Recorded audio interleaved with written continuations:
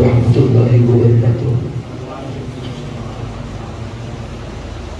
الحمد للہ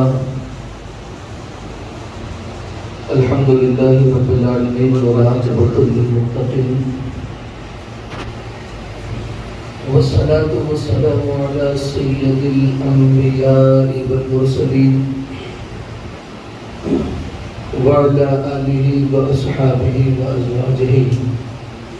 وذریاتہ واہل بیتہ اجمعین الطیبین الطاہرین،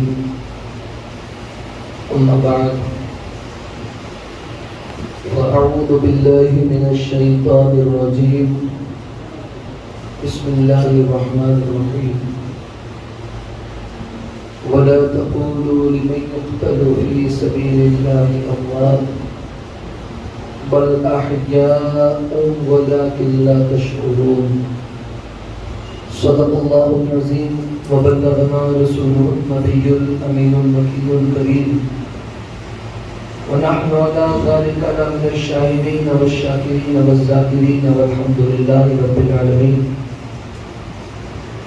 آئیے سب سے پہلے ہمارا مل کر بسط احترام، عقیدت و محبت کے ساتھ حضور رحمت عالم نور مجسم فخر آدم و بنی آدم، تاجدار عرب و عجم حسنین کے نامہ سیدہ کے بابا مولا کے مولا جناب پاک احمد مجتبی محمد عربی رحمہ صلی اللہ تعالیٰ علیہ وآلہ وسلم کی بارگاہ مقدسہ میں جھوم جھوم کر باواز بلند درود پاک کی داریاں نچاور کر پڑھتا ہوں۔ صلی اللہ علیہ سیدنا محمد سیدنا محمد صلی اللہ علیہ وسلم، صلاۃ و سلام علیک یا سیدی حبیبی یا رسول اللہ صلی اللہ تعالیٰ علیہ وآلہ وسلم۔ جو جواب بیٹے کی میت پہ نہ رویا وہ حسین، جو جواب بیٹے کی میت پہ نہ رویا وہ حسین، جو دہکتی ریت کے بستر پر سویا وہ حسین، جو جوان بیٹے کی میت پہ نہ رویا وہ حسین، جو دہکتی ریت کے بستر پر سویا وہ حسین، جس نے اپنے خون سے دنیا کو دھویا وہ حسین، جس نے سب کچھ کھو کر بھی کچھ نہ کھویا وہ حسین، جس نے سب کچھ کھو کر بھی کچھ نہ کھویا وہ حسین، اور مرتبہ اسلام کا جس نے دوبالا کر دیا، مرتبہ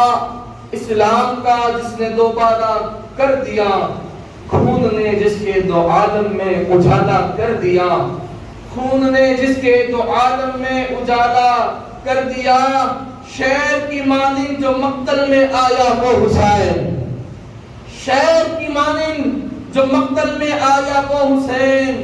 جو 72 زخم کھا کر بھی مسکرایا وہ حسین، جو 72 زخم کھا کر بھی مسکرایا وہ حسین، راہ حق میں جس نے اپنا سر کٹا دیا وہ حسین، راہ حق میں جس نے اپنا سر کٹا دیا وہ حسین، کربلا میں جس نے اپنا گھر لٹا دیا وہ حسین، کربلا میں جس نے اپنا گھر لٹا دیا وہ حسین، زیر خنجر جس کا سجدہ عظمت اسلام ہے، زیر خنجر جس کا سجدہ عظمت اسلام ہے، جس کا ہر تیور رسول پاک کا پیغام ہے، جس کا ہر تیور رسول پاک کا پیغام ہے، اللہ اللہ راکب دوش پیمبر وہ حسین، اللہ اللہ راکب دوش پیمبر وہ حسین، فاطمہ کا نور دیدار جان حیدر وہ حسین، فاطمہ کا نور فاطمہ کا نور دیدار جان حیدر وہ حسین، عظمت و اخلاص و قربانی کا پیکر وہ حسین، کربلا کے انازیوں کا میرے لشکر اور شیر حسین، اور دین کی خاطر جس کی زندگی داتی وہ حسین، دین کی خاطر جس کی زندگانی وہ حسین، کٹ گئی اسلام میں جس کی جوانی وہ حسین، خلد میں کی حق نے جس کی مہمانی وہ حسین، مل گئی جس کو حیات جاویدانی وہ حسین، نام نامی جس کا لوح در پر مرقوم ہے،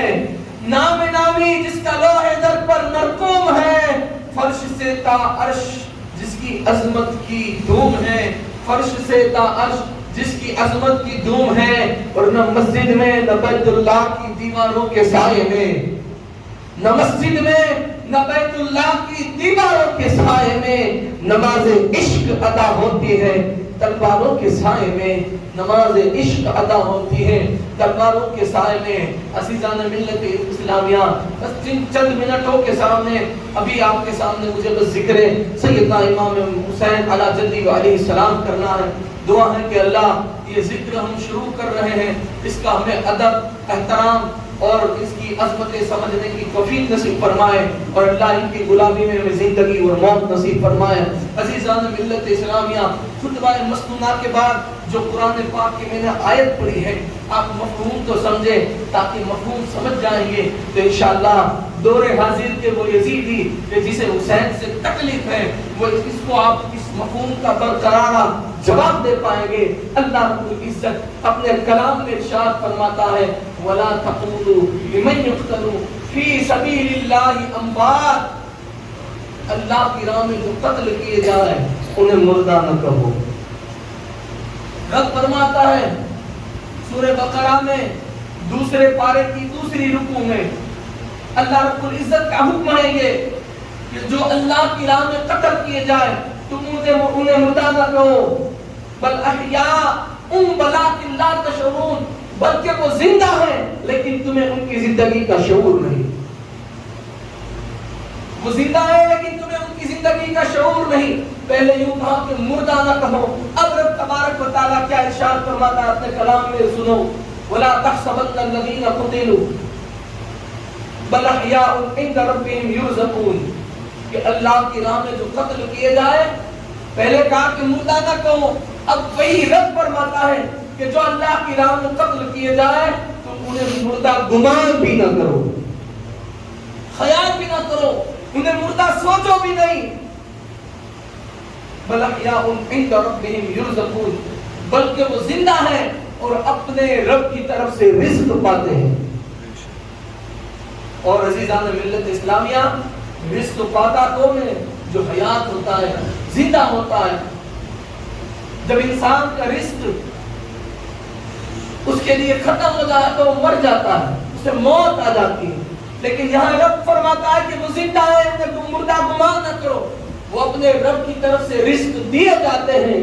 یعنی امام حسین علیہ جدی علیہ السلام کے نام پر کسی اور کسی کے باپ کی مثالیں دے کر، کسی کے باپ کی میت کی مثالیں دے کر حسین کا نام بدنام کرنے والے، میں ان سے سوال کرنا چاہتا ہوں۔ تم کہتے ہو یہ نہ کرو وہ نہ کرو، میں کہتا ہوں جو شریعت میں منع ہے وہ نہ کرو، لیکن تم یوں کہتے ہو کہ اگر تمہارے سامنے تمہارے باپ کا لاشا ہو یا تمہارے بھائی کا لاشا ہو، کسی کا میت پڑا ہو، تو کیا تم اس کے سامنے یہ کرو گے؟ کیا تم اس کے سامنے وہ کرو گے؟ ان ظالموں سے میں کہنا چاہتا ہوں اگر باپ کا لاشا ہو تو یہ کرے نہ کرے بات الگ ہے، اس لیے کہ وہ مر چکا ہے اور مرنے والا کا لاشا ہے، لیکن یہاں تو عظمت حسین ابن علی کی بات ہے کہ جس کے لیے رب اپنے کلام میں کہتا ہے کہ اللہ کی راہ میں جب قتل کیے جاتے ہیں وہ زندہ ہے، تم انہیں مردہ گمان بھی نہ کرو، ان کی زندگی کا تمہیں شعور نہیں، اور اللہ کی طرف سے وہ رزق دیے جاتے ہیں،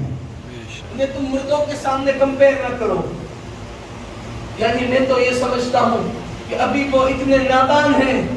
کہ حسین ابن علی حیات ہے یہ بھی نہیں سمجھ پائے، حسین ابن علی زندہ ہے یہ بھی نہیں سمجھ پائے، جو ایسا خطاب یا ایسی باتیں کرتے ہیں۔ اب حسین ابن علی کی زندگی کو موت اور مرنے والے کے سامنے کسی کے باپ کی میت سے کمپیر نہ کرو۔ اب جو کہنا چاہتے ہو ببانگ دہل جس طرح ہم کہتے ہیں آپ بھی کھلے عام کہو، لیکن حقانیت کا چشمہ پہنا کر کیوں ایسی جاہلانہ باتیں کرتے ہو؟ عزیزان ملت اسلامیہ، سیدنا امام علی مقام علیہ جدی علیہ السلام نے کربلا کے تپتی ہوئی ریت پر جو قربانی دی ہے، اللہ اکبر، اس کے لیے کتب میں یہ باتیں موجود ہیں۔ امام حسین علیہ جدی علیہ السلام جب سارے اپنے رفقا رشتہ دار شہید ہو چکے، جانی صاحب شہید ہو چکے، آخر میں وہ تنہا سیدہ کا لال جسے کائنات کہتی ہے حسین ابن علی تنہا باقی ہے. وہ بھی کربلا کے میدان میں راہ خدا قربان ہونے جا رہے ہیں.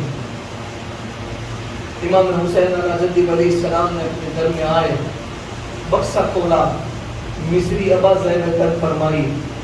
رسول اللہ صلی اللہ تعالیٰ علیہ وسلم کا عنایت کیا گیا. حضور جو امامہ باندھا کرتے تھے, حضور کا امامہ اپنے سر پر باندھا, جعفر طیار کا پٹکا باندھا, حضرت امیر حمزہ کا غالباً نیزہ سنبھالا اور اپنے بابا مولا علی کی ذوالفقار کو سنبھالا. اور وہ راکب جوش مصطفیٰ اب میدان کی طرف جانے کے لیے تیار ہیں کہ امام زین العابدین کے پاس آتے ہیں. کہا بیٹا, اب انہیں امام پاک نے جو پہلے دستار دی تھی, یہ دستار تمہیں پہنا کر ان اسیران غم جس کا میرے پاس کوئی حامی نہیں صاحب, کیونکہ امام حسین تو سالار قافلہ تھا اور وہ حسین پاک علیہ السلام ہی سالار قافلہ خود ہی تشریف لے جا رہے ہیں. امام زین العابدین جن کی طبیعت علیل ہے, بیمار ہے, اٹھ نہیں پاتے, وہ اٹھنے کی کرتے ہیں اور امام حسین مصطفیٰ علیہ السلام سے کہتے ہیں بابا خدا کے لیے آپ نہ جائیں, مجھے جانے دے, ابھی میں باقی ہوں. بابا آپ نے دیکھا نہیں, جو گیا وہ واپس نہیں آیا. بابا میری یہ زندگی مجھے آپ کے بعد نہیں چاہیے, مجھے جانے کی اجازت مت فرمائیں. آپ نے بہت اصرار کیا. امام حسین علیہ السلام نے ان کو انکار کر دیا, جانے نہیں دیا اور حکم فرمایا بیٹھے تو ہی تو ہے جس سے میری نسل چلے گی, تو بھی چلا جائے گا تو پھر میری نسل کیسے بڑھے گی. اور پھر ان اسیران غم سید زالیہ, سکینہ, زینب, رباب, لیلا, ان سب کو پھر بیٹا مدینہ کو پہنچائے گا. بس امام حسین علیہ السلام نے آپ کو جانے سے درس یہ انکار کر دیا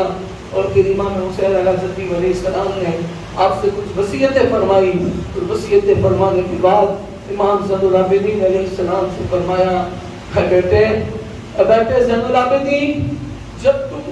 ان اسیران غم کو لے کر مدینہ جانا تو سب سے پہلے نانا جان کے مزار اقدس پر جانا, میرا سلام عزیزانہ پیش کرنا اور نانا جان کی بارگاہ میں کہنا یا رسول اللہ آپ کا وہ حسین جس کو آپ کانٹے پر سواری بنا کر گھمایا کرتے تھے, نانا جان اس حسین نے آپ کے کیے ہوئے وعدے کو کربلا میں وفا کر دیا ہے. نانا جان آپ کا وہ حسین جس کا ذرا سا بے قرار ہونا آپ برداشت نہیں کر پاتے تھے, تو کربلا میں 70 سے زیادہ عزیز و اقارب, جانثار خاندان والوں کے زخم دل پر کھا کر آپ کے دین کے لیے قربان ہوا ہے. امام زین العابدین سے امام حسین علیہ السلام یہ وصیت فرمان ہے. آخر میں وصیت یہ بھی کرتے ہیں کہ بیٹا جب مدینہ جانا, یہ اپنی آنکھوں دیکھا سارا حال رسول اللہ کی بارگاہ میں عرض کرتے ہیں. اس کے بعد امام حسین علیہ السلام اپنے خیمے سے نکلتے ہیں اور گھوڑے پر سوار ہوتے ہیں. ابھی تک تو جو بھی گھوڑے پر جاتا اس کا کوئی نہ کوئی تیار کر گھوڑے کی رکاب پہنا اور گھوڑے کی رکاب تھام کر کچھ آگے تک چھوڑنے کے لیے جاتا. جب رسول اللہ جاتے تو علی رکاب کو تھامتے, علی چلتے تو امام حسن رکاب کو تھامتے, امام حسن سواری پر سوار ہوتے تو حسین رکاب کو تھامتے. لیکن آج حسین وہ رسول اللہ کا نور نظر, خاتون جنت کا تخت جگر, دین مصطفیٰ کو بچانے کے لیے جا رہا ہے, لیکن کوئی رکاب تھامنے والا نہیں ہے. اتنے میں سیدہ زینب جاتی ہیں, بھائی رکو تو صحیح. سیدہ زینب جاتی ہے, اپنے کمرے سے, اپنے خیمے سے ایک چادر نکالتی ہے جس چادر میں 72 پیبند لگے ہوئے. چادر میں 72 ٹھیکلے رکھے ہیں اپنی زبان میں، 72 پیبند لگے ہوئے ہیں. وہ چادر سیدہ زینب نکالتی ہیں اور سیدنا امام حسین علیہ السلام کے سامنے پیش کرتی ہیں. سیدہ زینب پوچھتی ہیں بھائی حسین اس چادر کو جانتے ہو؟ اس چادر کو جانتے ہو؟ امام حسین نے اس چادر کو دیکھا، سیدہ پاک کی یاد تازہ ہوگی، آنکھوں سے اشک آئے. کہا ہاں یہ امی جان کی چادر ہے،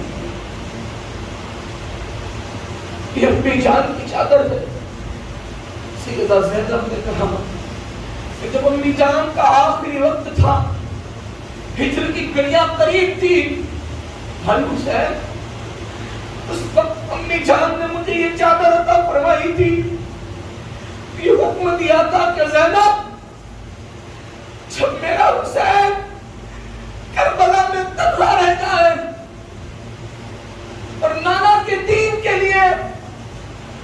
اپنے آپ کو راہ خدا قربان کرنے جائے، اس وقت میرے حسین کو یہ چادر دے دینا، یہ چادر اسے اڑا دینا، تاکہ حسین یہ نہ سمجھے کہ حسین مسکین ہو کر جا رہا ہے، بلکہ چادر کو آئے تو حسین کو احساس ہو کہ حسین کربلا کے جبریل میدان میں بھی اگر قربان ہونے کے لیے جا رہا ہے تو اپنی ماں کے آنچل میں چھپ کر جا رہا ہے، اپنی ماں کے آنچل کے سامنے جا رہا ہے. اللہ یہ حسین اس قدر محبت تھی. سیدہ پاک سلام اللہ علیہ بابا فرید گنج شکر راحت القلوب میں بابا فرید لکھتے ہیں کہ کربلا کی 10ویں رات تھی، عاشور کی شب تھی. دیکھا گیا غالباً کسی نے خواب میں کہ کسی نے دیکھا کہ ایک نقاب پوش عورت ہے کربلا کے اس میدان میں اپنے ہاتھوں سے کنکریاں چون رہی ہے اور اپنی آستینوں سے کربلا کے میدان میں جھاڑو دے رہی ہے، پہنے ہوئے کپڑے کی آستینوں سے جھاڑو لگا رہی ہے. پوچھنے والے نے پوچھا کہ خاتون نقاب پوش تم کون ہو اور یہاں کیا کر رہی ہو اس وقت؟ تمہیں معلوم ہے یہ کیسا میدان ہے؟ یہ نخلستان ہے اور یہ کربلا کا میدان ہے. صدا دینے والی کہتی ہے میں فاطمہ بنت محمد ہوں اور مجھے معلوم ہے کہ یہ کربلا کا میدان ہے، لیکن یہاں پر میں کنکریوں کو چون رہی ہوں اور اس لیے ہاتھوں کے کپڑوں سے آستین سے جھاڑو لگا رہی ہوں کہ کل صبح اسی میدان میں میرا حسین بے دردی کے ساتھ شہید کیا جائے گا اور میرا حسین اپنی سواری سے نیچے گرے گا. اس لیے میں میدان کی کنکریوں کو صاف کر رہی ہوں کہ میرا حسین جب سواری سے گرے کہ اس کے جسم میں کی کنکریاں پہ بست نہ ہو جائے. اللہ سلام غلط کرو کہ جس سیدہ کو اتنی فکر کنکریوں کی تھی کہیں کنکریاں نہ چوم جائے میرے اللہ، اس جسم اطہر میں جب ظالموں نے تیر مارے ہوں گے، اسی جسم اقدس کو جب تیروں سے چھلی کیا گیا ہوگا، خاتون جنت سلام اللہ علیہ کے دل پر کیا گزری ہوگی. روایتوں میں آتا ہے، ایک روایت یہ ملتی ہے کہ امام حسین علیہ السلام کی شہادت کے بعد جب آپ کے جسم اطہر پر دیکھا گیا تو 72 تیروں کے زخم تھے. اور ایک روایت میں امام زید العابدین علیہ السلام کے شہزادے امام محمد باقر فرماتے ہیں کہ جس وقت شہادت کے وقت امام حسین علیہ السلام نے جو جبہ مبارک چوبہ پہنی تھی، آپ کی شہادت کے بعد جب وہ جبہ میں نے دیکھا، آپ فرماتے ہیں کہ آپ نے جب دیکھا